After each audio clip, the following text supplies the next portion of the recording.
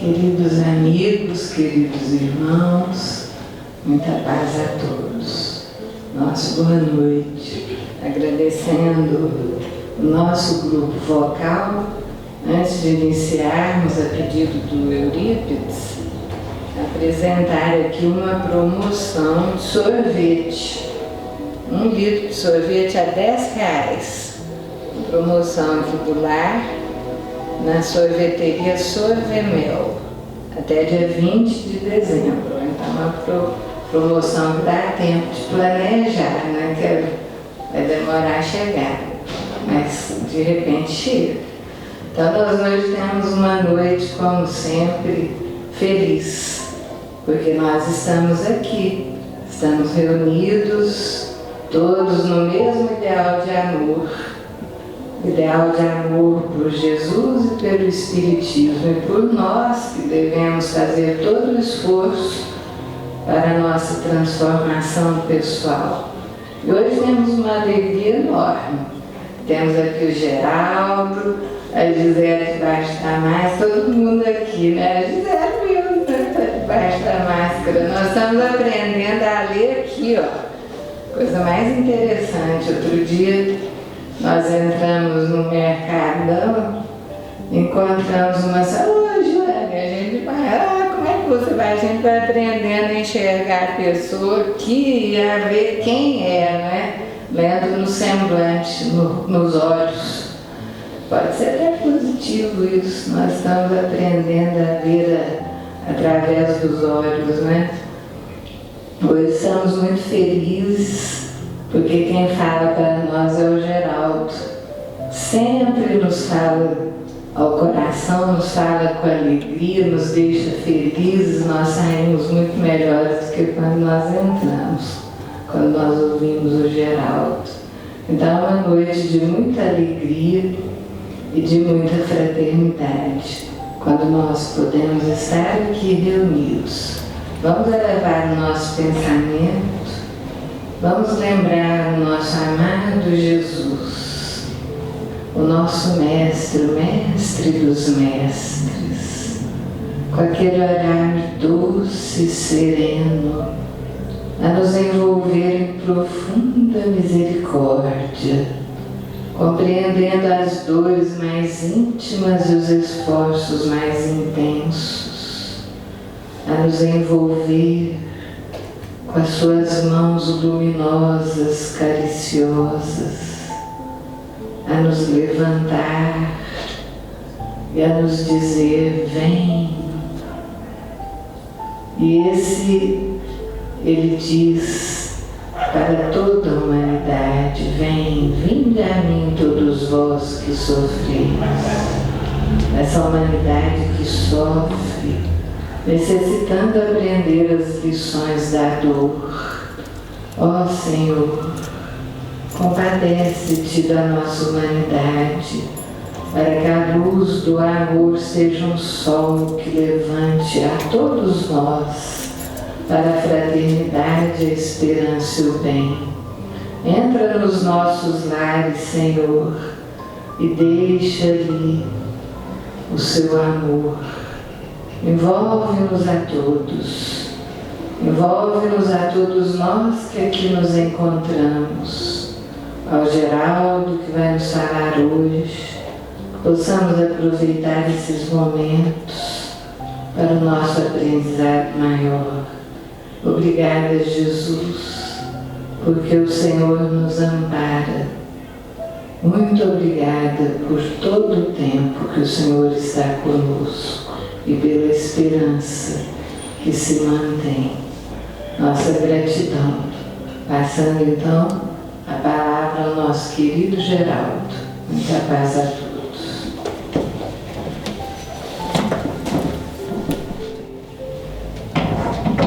Boa noite. Boa noite. Agora tem o ritual de tirar a máscara. Até, se vocês me permitem, antes, eu quando conheci a Gisele, que é minha esposa, ela falava assim, você é um mascarado, tira a máscara. Eu ficava olhando surpreso, né, para ela. Hoje ela fala para mim, coloca a máscara. Quem que entende essas mulheres?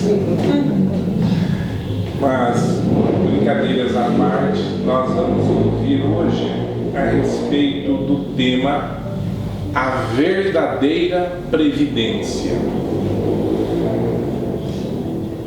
E previdência, eu tenho certeza que vocês todos sabem, é aquela nossa capacidade de nos preocuparmos com o futuro, com o que vai acontecer, né? E todo mundo ouve dizer aí que a gente tem que se filiar da Previdência Social, né? Todo mundo paga lá o carnezinho do INPS quando é registrado. Por quê? Porque nós estamos nos preparando e nos prevenindo para a aposentadoria. Infelizmente chega, né, Jane? Não chega a aposentadoria? Isso aqui é tudo. Que coisa triste, de repente é hora de aposentar. Hora de aposentar significa também que está quase na hora da gente passar, né? Mudar, né? Estacionar em outro lugar e morar em outro mundo, né? Porque significa que já é aquela fase assim que você já está se preparando, né, para um outro momento existencial. Muito bem, então quando nós pensamos na previdência, eu tenho certeza que todos vocês pensam. E eu tenho certeza que você pensa especialmente no seu filho. Por exemplo, você fala assim para o seu filho, vá para a escola. Eu nunca conheci pai e mãe que não fala para os filhos, vão para a escola. E a gente fica ali torcendo, né? O meu pai até usava um método de torcer mesmo, sabe? Torcia a minha orelha, né? Para que eu fosse para a escola e estudasse, né? Ele até usava o método audiovisual, né? Tapa na orelha até ver estrela. Ele não tinha conversa não, tinha que estudar e não tem brincadeira. Por quê? Porque ele estava pensando no nosso futuro, né? Tanto eu como o meu irmão. Muito bem, coitado, sofreu tanto, tudo que ele conseguiu foi 2 advogados, vocês acreditam? Que tristeza, né? Mas cada pai tem um filho que merece também, né? Pois bem, então ele fez isso por quê? Porque ele estava pensando no futuro, ele estava pensando na previdência, estava sendo previdente com o futuro dos seus filhos. Nós, quando estamos lá recolhendo o nosso carnezinho do INSS, nós estamos sendo previdentes, pensando na aposentadoria, né? Tem gente aqui que eu estou vendo aí que nem pensa em aposentadoria, né? Mas chega, viu? Muito bem. Agora, o aspecto que eu queria encarar não é apenas este da vida física, que todo mundo se preocupa. Eu queria pensar, tenho pensado mesmo, numa outra previdência, e uma que é muito mais duradoura, que vai se estender por um tempo enorme, que não vai se interromper, que é a previdência para o espírito. Quando nós somos mais jovens, eu até me lembro de Valdo Pereira Franco falando que ele também já foi jovem, né? E até hoje eu estou falando isso também, né? Porque já passei de 60, mas quando a gente tem lá 20, 30 anos, nós jamais pensamos que nós vamos um dia deixar o nosso mundo. Então, nesses momentos, o contexto religioso para nós, ele é quase que uma filosofia de preenchimento. Por quê? Porque nós trabalhamos, nós estudamos, nós passeamos e a gente se complementa com a filosofia da religiosidade. Então daí nós vamos na igreja, nós vamos no centro espírita, nós lemos os textos, mas isso não parece que penetra dentro de nós. Fica assim no campo da filosofia mesmo. Com o passar do tempo, nós vamos despertando para uma realidade inovidável, que nós vamos usar esta informação. E esta formação é que nos permitirá estarmos melhores ou piores depois que nós deixamos esta existência. Hoje, quando nós fazíamos a nossa prece lá no nosso escritório, que por incrível que pareça, advogado também reza, coisa louca, né? A gente estava lá, um punhado de advogado, todo mundo rezando, uma coisa inacreditável. Mas a gente estava naquela oração, nós tínhamos lido o Evangelho segundo o Espiritismo, e tínhamos lido lá, nossa colega Paola, né, minha afilhada, filha da Gisele, por sinal, leu o texto Cólera, a cólera. E comentamos a respeito do prejuízo que é entrar e ter cólera, ficar irado, como isso faz mal, porque isso só nos faz perder. Perdemos a razão, diz o ditado, quando nós estamos coléricos, o que é verdadeiro. Tudo isso, por quê? Porque nós precisamos ter consciência de que esse caminhar do tempo, o passar dos dias, nos leva para o nosso fadal. Qual que é? Voltar para casa. Não tem outro caminho. Esse caminho, ele não se interrompe. Não há como contorná-lo. Nós voltaremos para casa. Eu estou aposentado hoje. Estou aposentado, recebo lá minha aposentadoria do INSS. Não preciso trabalhar porque eu posso comer com esse dinheiro e pagar minhas contas. Eu me preveni para viver depois da minha fase profissional. Mas a pergunta é: eu me preveni para a minha vida depois da minha aposentadoria, assim que eu deixar esse mundo? E será que tudo isso tem alguma importância? Será que nós aqui no centro, nesse centro lindo, maravilhoso, que eu adoro participar, acho que é a única casa que eu faço palestra fora do nosso lar, sabia? Você já falou no Alvorada Nova. Ah, mas é porque você que convidou, né, Jana? Porque aqui o pessoal manda eu vir, né? Não pedem. E lá no Alvorada Nova é a mesma coisa. Chega a ordem, obedeço. Mas então, no seu lugar maravilhoso, será que nesse lugar maravilhoso nós devemos refletir sobre isso? Esse questionamento, ele é fundamental para nós.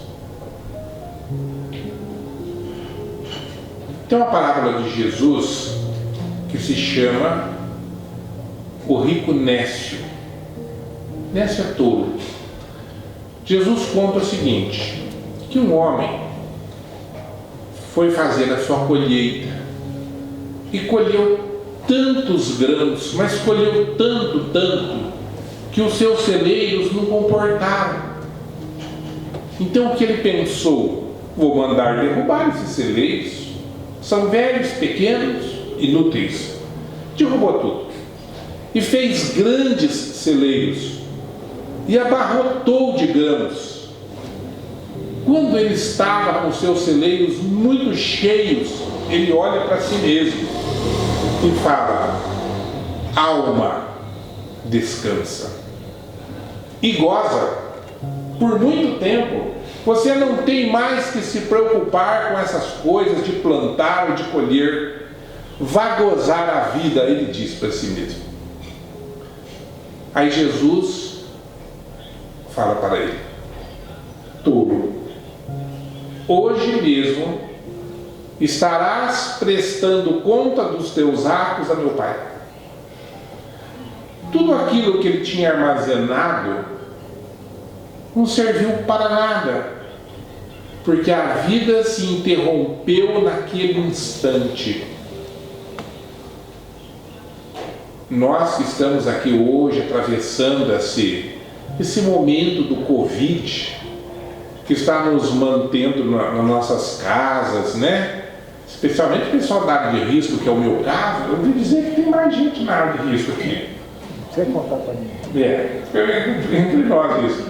Mas a gente que está preso em casa, porque não tem um rim, porque teve um monte de pneumonia, pressão alta e etc., ficamos lá refletindo e pensando que nós estamos bloqueados, nós não podemos sair de casa, e gostaríamos de sair, claro, mas este momento está contando uma coisa muito séria para nós. Que eu posso pegar Covid, meu organismo pode não suportar, e amanhã eu desencarno. Será que isso é verdade? Um amigo meu, colega de trabalho, advogado também, 45 anos, pegou Covid na sexta-feira, no domingo ele foi enterrado. É verdade. Se morre de Covid. Mas também se morre de outras coisas também. A doutora Gênia aqui pode atestar para nós, né? Focada faz declaração. As pessoas morrem de muitas coisas. Morre de acidente de trânsito, morre de gripe, de tuberculose, etc. Mas nós não havíamos parado para pensar nisso. Nós não estávamos levando isso a sério, nós não estávamos refletindo que a vida é muito sutil e que o nosso patrimônio maior não é realmente aquelas coisas que eu trabalho para ganhar porque eu quero viajar não sei para onde, ou porque eu quero comprar não sei o que, ou porque eu quero ser o melhor ou maior, ou ter mais. Essas coisas não servem para nada. Quando você pensa que o único tesouro que nós temos, geralmente nós desperdiçamos, que é o tempo. Então o tempo é a coisa mais preciosa que nós temos, porque nós gastamos e depois que usa, não retorna. E eu preciso aproveitar o tempo, preciso aproveitar o tempo para aprender, preciso aproveitar o tempo para amar, preciso aproveitar o tempo para fazer do meu amor um degrau para as pessoas que me cercam, para que elas possam se elevar mais um pouco. Que é isso que Jesus estava nos ensinando quando Ele disse que nós devemos nos amarmos como nos amamos. Se nós não fazemos isso, nós estamos sendo imprevidentes, não estamos preocupados com o nosso dia de amanhã. Eu trouxe para nós refletirmos uma passagem do livro do André Luiz, Psicografia de Chico Xavier, No Mundo Maior. Eu até outro dia fiz uma palestra parecida com essa, tentei lembrar, não lembrava de jeito nenhum, mas hoje eu fiz uma pesquisa. O livro No Mundo Maior. E o espírito que acompanha o André Luiz é um espírito que se chama Cipriana. Ela vai fazer um resgate nas trevas muito profundas, em lugares muito terríveis, e chega e é um lugar assim tão triste para onde ela está indo, que ela não leva André Luiz, fala: você fica aí, você não tem como passar deste ponto, e fica ali com ele, um dos orientadores dele, cujo nome agora está me fugindo, Calderaro. Fica ali com ele o Calderaro, o espírito mais evoluído, para cuidar do André Luiz. O André Luiz começa a olhar aquele lugar, eu fico imaginando como é que são as trevas, tá? Escuro, um vento estranho, tipo de uma neblina. Na minha imaginação vai a mil. Acho que até vou voltar para lá, eu já preciso saber como é que é. Mas então, o André Luiz está ali olhando, e de repente ele vê um grupo de velhos agarrando assim um monte de barro contra o peito, e os velhos falavam assim: meu ouro, Meu ouro, é o meu ouro. Precisamos fugir desse lugar horrível, voltar para casa. O André Luiz fica pasmo de ver aquilo. Eram todos, ele descreve como todos velhos, com umas caras horríveis, e segurando aquele monte de barro, mas todos dizendo que era ouro. E eles falavam: encontramos muito ouro, temos que levar para casa, para nos garantirmos, para garantir a nossa riqueza. O André Luiz fica ali olhando aquilo, não acreditando no que ele está ouvindo e vendo. Mas de repente, ele olha para um dos velhos e parece que ele reconhece o velho. Fala: nossa, mas como esse velho lembra o meu avô Cláudio? E ele espera. O velho continua falando, ele quer se aproximar, o caldeirado segura ele: calma, espera um pouco. E aí o velho chega ali perto dele, né? E o caldeirado aplica energias magnéticas nos olhos daquele velho que se aproximou. E ele consegue vê-los, porque até então ele não os via. O espírito inferior não vê o espírito superior, é uma regra, está no livro dos espíritos. Mas com aquela aplicação magnética, o velho começa a ver o André Luiz e o caldeirado. Como os dois estão com trajes brancos, ele pensa: vocês são padres, né? E os dois não respondem, mas falam: estamos aqui para auxiliar. Aí ele começa a chorar e falar das suas atitudes, da sua riqueza na vida. Ele começa a contar que a sua grande dor é que ele prejudicou uma irmã adotiva, que o pai, quando morreu, deixou uma fortuna para ele. Ele tinha uma irmã adotiva. O que ele faz? Dá um jeito de expulsar a irmã de casa para ele não repartir a fortuna. A menina, pelo jeito, morre à míngua. Mas ele foi enriquecendo cada vez mais. Na sua velhice ele era um homem riquíssimo. E ele fala assim: só uma pessoa me compreenderia, o meu neto André Luiz. E o André Luiz diz que ele entra em comoção, começa a chorar. Mas como é que o senhor morava na cidade tal? Morava. O seu nome é tal. Você me conhece. E aí o André Luiz não se aguenta, fala: eu sou o seu neto. Olha que situação. Aquele velho, ele era um agiota, um grande agiota, explorador da fraqueza econômica alheia. Armava todos os tipos de negociação para ficar cada vez mais rico, deixando as pessoas que o cercavam cada vez mais pobres. Mas o André Luiz começa a lembrar que ele adorava aquele avô. O avô o adorava também. E o avô deixou muito dinheiro para ele, para que ele fizesse medicina. Então ele entra assim naquela comoção, aquele choro, e começa a pensar: meu Deus, mas o meu avô nesse lugar, e segurando barro e pensando que é ouro. O André Luiz então o desperta, fala: meu avô, não me reconheces? E o velhinho fica olhando.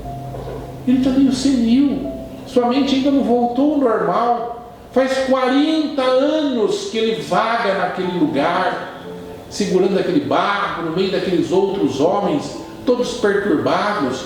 E notem, daquele grupo, só ele havia alcançado um estágio melhor, que poderia ser auxiliado. Os outros não. Os outros vão continuar vagando, segurando barro, achando que é ouro. Estão completamente perturbados. O André Luiz, claro, vai tentar ajudar o avô dele. E ele fica ali naquela comoção, chorando, eles conversando, que agora o velhinho já o reconheceu. Mas o que o André Luiz está esperando? Ele está esperando a irmã Cipriana. Por quê? Porque ela é capaz de auxiliar pessoas dementes. Mas vejam só como é importante nós fazermos a nossa previdência espiritual. Vamos ouvir o que é que a Cipriana vai falar para o André Luiz a respeito do seu avô. Olha só, quando o André Luiz pede para ela ajudá-lo e ela fala que vai ajudar, daí ele repete, ela fala: não podemos esquecer, acentuou a venerável instrutora, que o irmão Cláudio precisa de tratamento e de cuidado, e é impossível prever quando se achará em condição de respirar em atmosfera mais elevada. Ele estava sendo resgatado, saindo daquela situação de dor, depois de 40 anos, mas ainda assim não era possível prever quando que ele teria condição de ir para um plano mais elevado. Qual foi a sugestão dela para auxiliar o velhinho? André, nosso enfermo, para melhorar mais rápido e com eficiência, deverá retornar à experiência carnal. Neste caso, então, disse André Luiz, poderíamos merecer o seu auxílio? E ela, claro, vai conduzir o velhinho para uma nova encarnação. Nessa encarnação, ele vai conhecer todas as agruras do desespero, da demência, da falta de recursos, passar pelas provas que é normal a gente passar. Alguém, de repente, perde tudo aquilo que tem.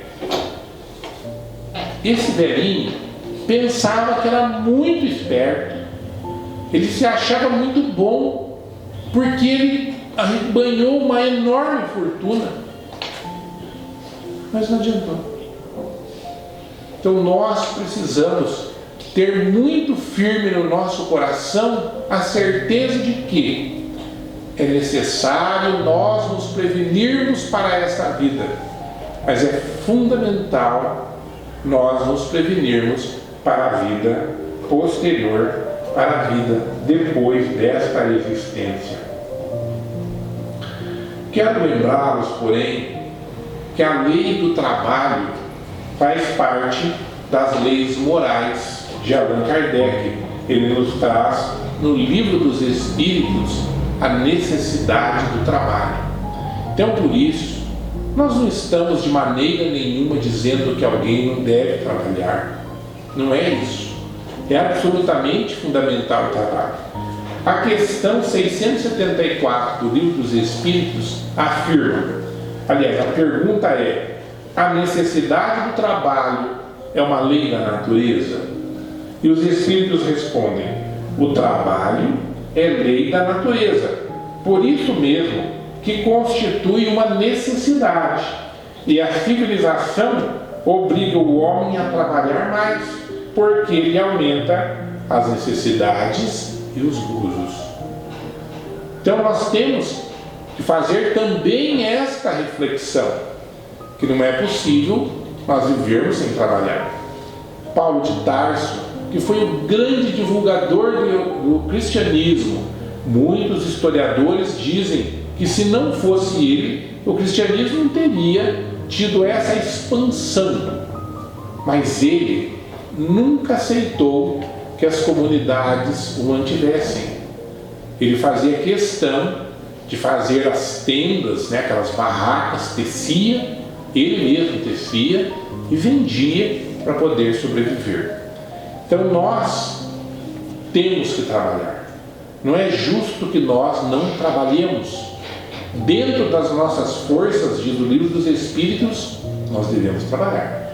Cada um na sua capacidade, cada um na sua especialidade, cada um na sua potencialidade. E claro, muitas vezes nós vamos trabalhar mais do que seria realmente necessário.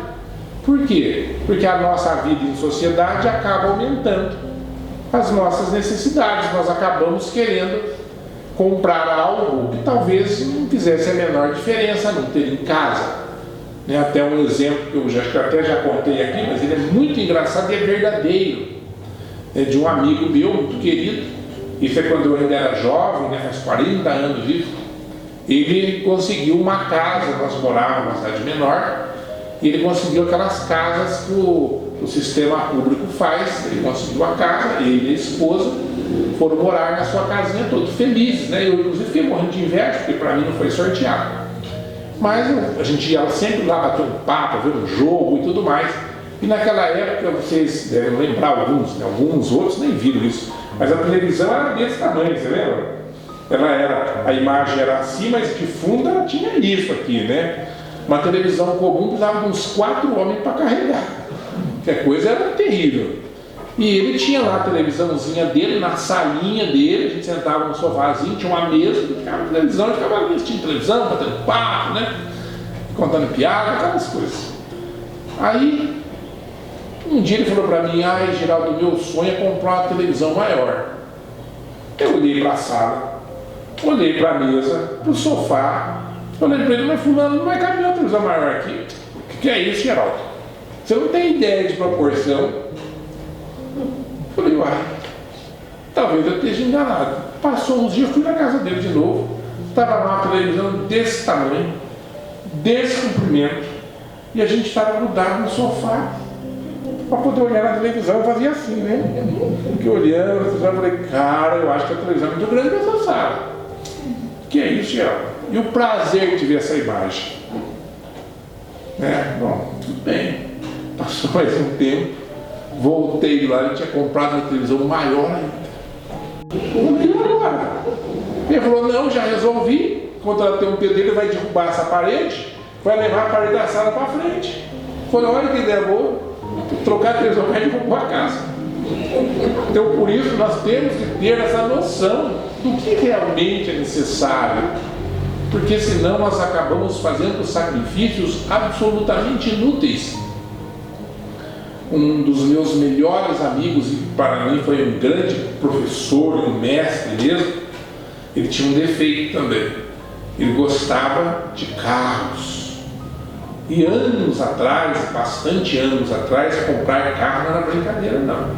O sujeito tinha que fazer um financiamento, daí ia pagando, e ele invariavelmente não conseguia pagar o financiamento. De repente chegavam as autoridades e levavam o carro dele embora. Ele chorava, coitado. Eu falava: tá vendo? Agora não compra mais isso, compra uma bicicleta. Que nada, daqui a pouco ele comprava outro carro e perdia de novo. Essas situações que são engraçadas pra gente que conta, né? Que ouve, mas vividas são terríveis. Abala a estrutura psicológica da pessoa. Por isso que nós precisamos atentar para essa advertência dos espíritos. Não precisamos trabalhar mais se nós não aumentarmos as nossas necessidades e os nossos gozos.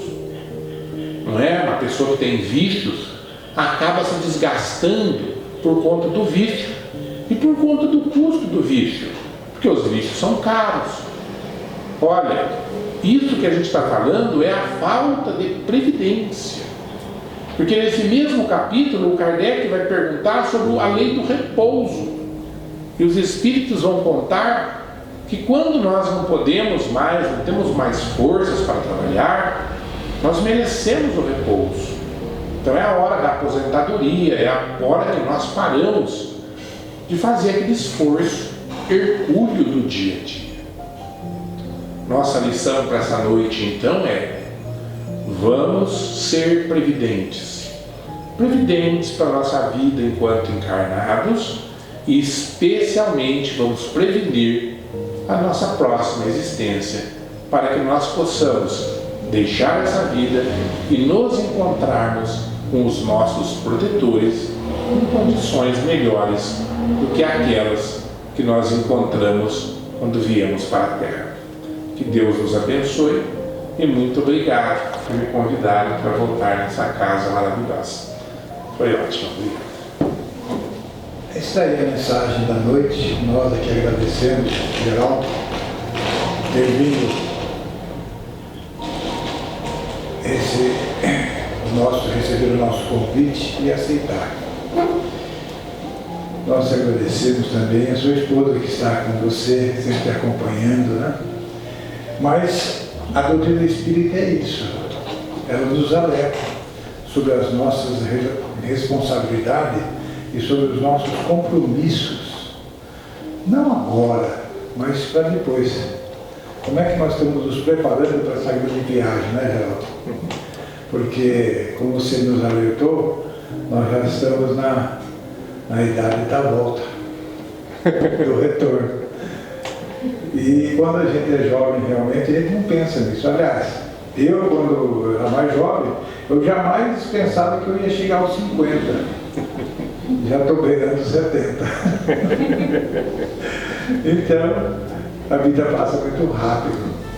E a volta, ninguém escapa dela, né?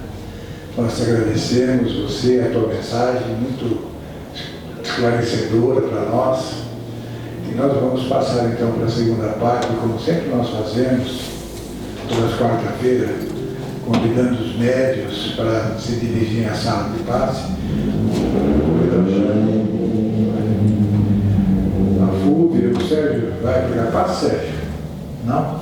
Fúvia, o Luiz, a Martinha está aí, né?